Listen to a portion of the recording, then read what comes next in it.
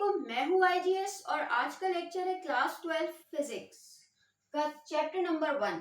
अच्छा, इससे रिलेटेड कुछ जो है वो लेक्चर्स पहले भी अपलोड कर दिए हैं। अब मैंने सोचा कि क्यों ना जो है वो इसके न्यूमेरिकल सॉल्व करने से पहले इसमें क्योंकि बहुत ज़्यादा फार्मूलाज जो है वो यूज़ हुए हैं तो उनकी वीडियो बना दी जाए जिसमें हम तमाम पूरे चैप्टर में मौजूद जितने भी फार्मूले हैं वो तमाम जो है वो एक ही जगह पर जमा हो जाएं। ठीक है भाई।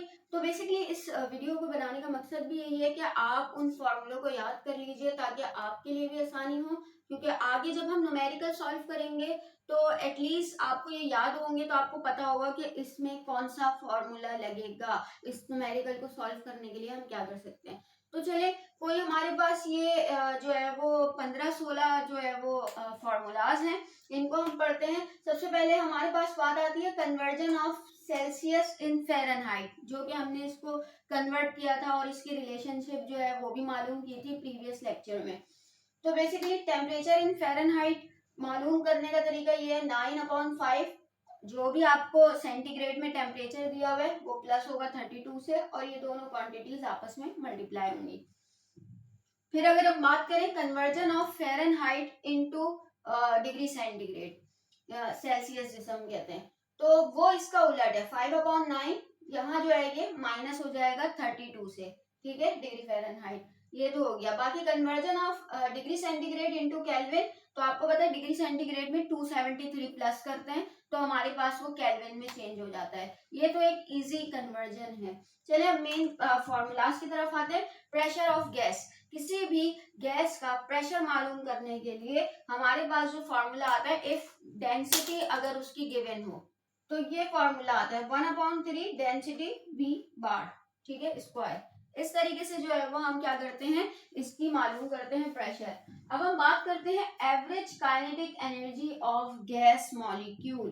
गैस मॉलिक्यूल की एवरेज काइनेटिक एनर्जी क्या होती है हमारे पास, 3/2 kT।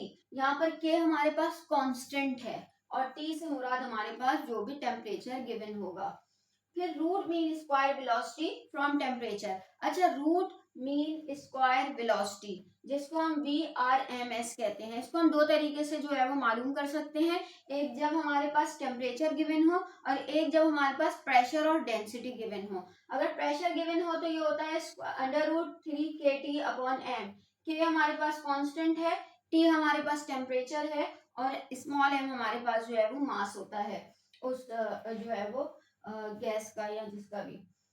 From pressure and density की बात करें तो 3p/डेंसिटी, यानी कि प्रेशर को 3 से मल्टीप्लाई करके डेंसिटी से डिवाइड कर देते हैं तो हमारे पास VRMS जो है वो निकल कर आ जाती है।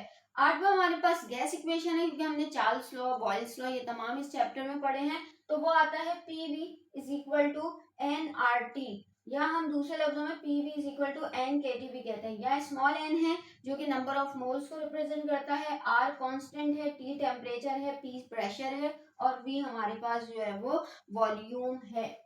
ठीक है भाई, तो ये चीज है। बाकी PV = nKT भी जो है वो इससे भी हम मालूम कर सकते हैं, अपना जो है वो गैस इक्वेशन यूं भी निकाली जा सकती है। आगे बढ़ते हैं, मैंने रब करूंगी अब। हाँ तो भाई नेक्स्ट आता है हमारे पास लीनियर थर्मल एक्सपेंशन, जिसमें हमारे पास है डेल्टा एल, जो कि आपको पता है change in volume, change in length है, ठीक है। और ये हमारे पास जो है वो कांस्टेंट है, ठीक है, constant of thermal expansion, linear thermal expansion. और ये हमारे पास जो है वो L1 है, L1 यानी कि जो इसकी इनिशियल लेंथ होगी हीट से पहले, और डेल्टा टी से मुराद चेंज इन टेम्परेचर है कि जो भी टेम्परेचर का चेंज आया है वो। इसको हम इस तरह भी कर सकते हैं, अगर हमें L2 हमें लेंथ निकालनी है कि आया लेंथ बड़ी कितनी है, L2 है कितनी, यानी चेंज ऑफ लेंथ। जैसे पहले लेंथ अगर 15 थी और 15 और बढ़ गई तो टोटल लेंथ तो 30 हो गई ना, तो वो जो बाद की टोटल लेंथ है जिसे हम L2 कहते हैं, वो अगर हम निकालेंगे तो वो इस तरीके से निकालेंगे। ये L1 हो गया 1 प्लस ये हमारे पास कांस्टेंट हो गया और डेल्टा टी। ठीक है भाई, वॉल्यूम थर्मल एक्सपेंशन ये भी इसी तरह है, बस यहाँ पर लीनियर का L था, यहाँ तो यहाँ पर वॉल्यूम का V आ जाएगा। ठीक है, वही है V2 मालूम करना है तो V1 1 प्लस बीटा, बीटा जो है वो हमारे पास कांस्टेंट है किसका, वॉल्यूम थर्मल एक्सपेंशन का। ठीक है, बाकी delta V B V1 delta T हमने जब हमने पढ़ा था उससे जो है वो डेरिवेशन के थ्रू निकाला भी था। अब आते हैं specific heat capacity. Specific heat capacity normally हमारे पास किस तरह निकाली जाती है, वो हमारे पास निकाली जाती है delta Q M delta T. ये हमारे पास क्या है, स्पेसिफिक हीट कैपेसिटी। और ये क्या है, ये हमारे पास हीट जो भी एब्जॉर्ब हुई है, ठीक है भाई, और ये मास हो गया, ये हमारे पास डेल्टा टी जो है वो चेंज इन टेम्परेचर हो गया। फिर हमारे पास आता है molar heat capacity at constant. ये अगर हमारे पास कांस्टेंट वॉल्यूम की अगर हम बात करते हैं तो हमारे पास ये चीज किस तरीके से होगी, यानी कि इसी तरह देखिए मैंने मेन फॉर्मूला लिखा है, इसको आप जो है वो क्या करेंगे, जब ये एन इधर आएगा तो ये इस तरीके से हो जाएगा, C V is equal to delta Q V upon n delta T. ठीक है, ये है क्या, molar heat capacity at constant volume, और ये है molar heat capacity at constant pressure. ठीक है, ये इन फॉर्मूलाज से निकलेगा, आगे हमारे पास इसके न्यूमेरिकल्स भी आएंगे। अच्छा, difference of molar heat capacity, जब हमारे पास फर्स्ट के तौर पे नहीं दिया हुआ तो हम सबसे पहले जो है वो molar heat capacity at constant volume and molar heat capacity at constant pressure, इन दोनों को हम माइनस करेंगे और इससे हमारे पास इनका डिफरेंस निकल कर आ जाएगा। Work done in thermodynamics, thermodynamics में वर्क डन किस तरीके से हम मालूम करते हैं, delta W is equal to P delta V, P यानी प्रेशर, डेल्टा वी यानी कि चेंज इन वॉल्यूम।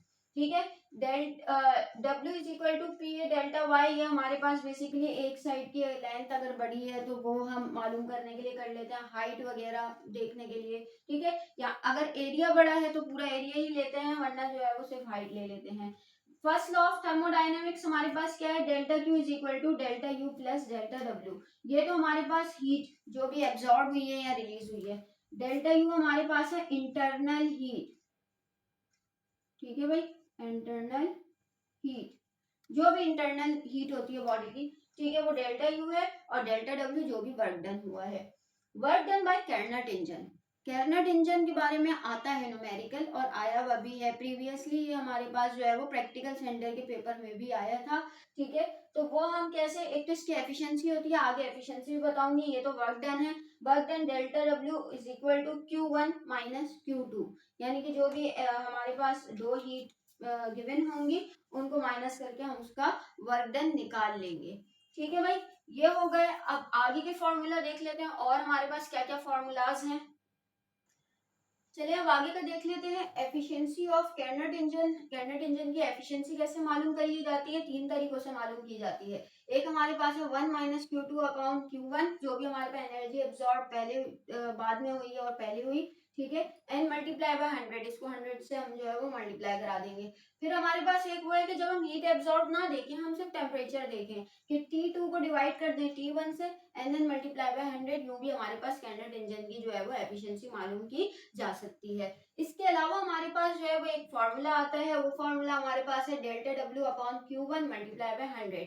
अब कौन सा फॉर्मूला हमें यूज करना है, डिपेंड ऑन आवर डेटा। जो भी हम क्वेश्चन पढ़ेंगे उसका डेटा बनाएंगे, फिर हम देखेंगे कि हमारे पास जो है वो कौन सा फॉर्मूला फिट हो रहा है, ये हो रहा है, ये हो रहा है, या हमारे पास ये हो रहा है। डब्ल्यू से मुराद वर्क डन और Q1 से मुराद एब्जॉर्ब, जो भी एनर्जी एब्जॉर्ब हुई है, हीट एब्जॉर्ब हुई है। लेटेंट हीट की बात करें तो लेटेंट हीट को हम H से रिप्रेजेंट करते हैं, और इसको मालूम करने का तरीका है डेल्टा क्यू। डेल्टा क्यू यानी कि जो भी हीट एब्जॉर्ब हुई है, change of absorption of heat, या ये कह लें अपॉन मास। ठीक है भाई, फिर हमारे पास आता है एंट्रोपी। एंट्रोपी को S से शो करते हैं, चेंज ऑफ एंट्रोपी यानी कि डेल्टा एस को हम मालूम करेंगे डेल्टा क्यू अपॉन टी, जो भी हमारे पास टेम्परेचर होगा उससे डिवाइड कर देंगे डेल्टा क्यू को। ये हमारे पास फर्स्ट चैप्टर में यूज होने वाले फॉर्मूलाज हैं। जितने भी हमने टॉपिक्स जो है वो फर्स्ट चैप्टर में अवेलेबल है, उनमें जिन जिन के फॉर्मूलाज हैं वो तमाम फॉर्मूलाज जो है वो मैंने दे दिए हैं। आई होप कि लेक्चर आपको अच्छा लगा होगा। लेक्चर अच्छा लगा तो इसे अपने क्लासमेट्स के साथ जरूर शेयर कीजिएगा। पढ़ाई पर फोकस करते रहिएगा और अपना ख्याल रखिएगा। Thank you.